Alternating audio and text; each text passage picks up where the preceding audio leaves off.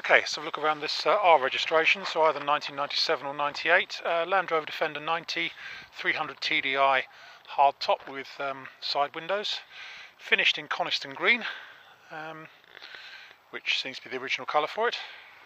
Spec wise, it's got a matching set of 5 BF Goodrich all-terrain TA 235/85 R16 tyres on silver modular rims. The spare actually looks pretty much unused actually.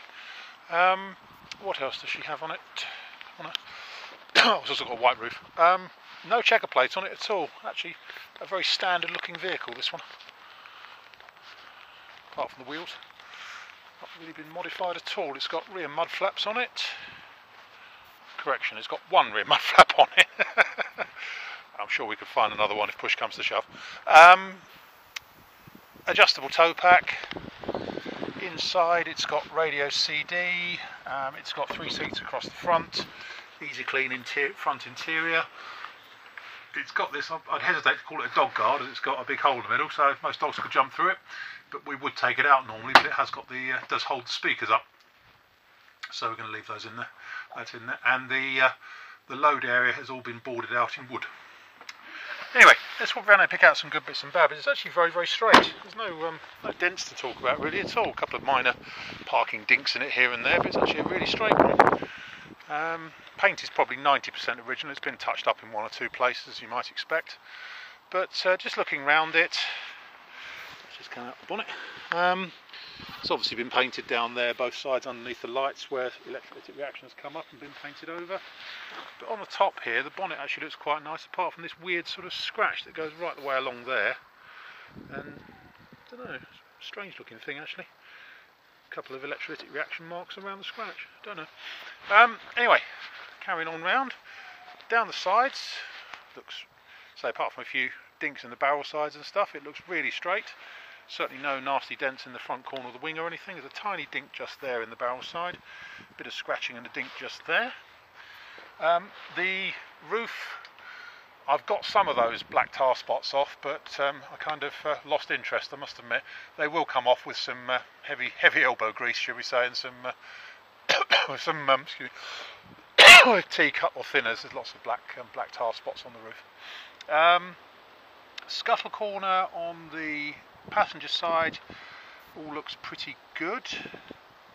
May have had a little bit of paint just there because there's a bit of orange peel and what have you on the scuttle vent itself, but the scuttle corner itself looks fine. We will have to put a new screen wash elbow joint on there. I'm sure we can find one of those.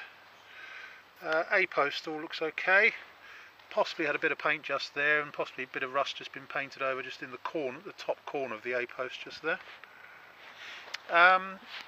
Looking at the passenger door, there's a couple of parking dinks there and there that have been, I don't know if they've been touched in or what. Looks like as if they're blue inside there, although the door is green as it should be.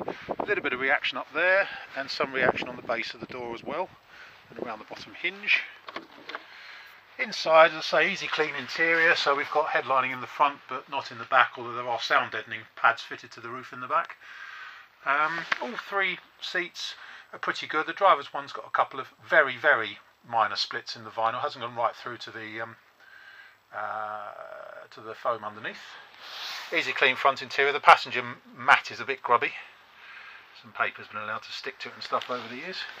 Door frames are a little bit rotten.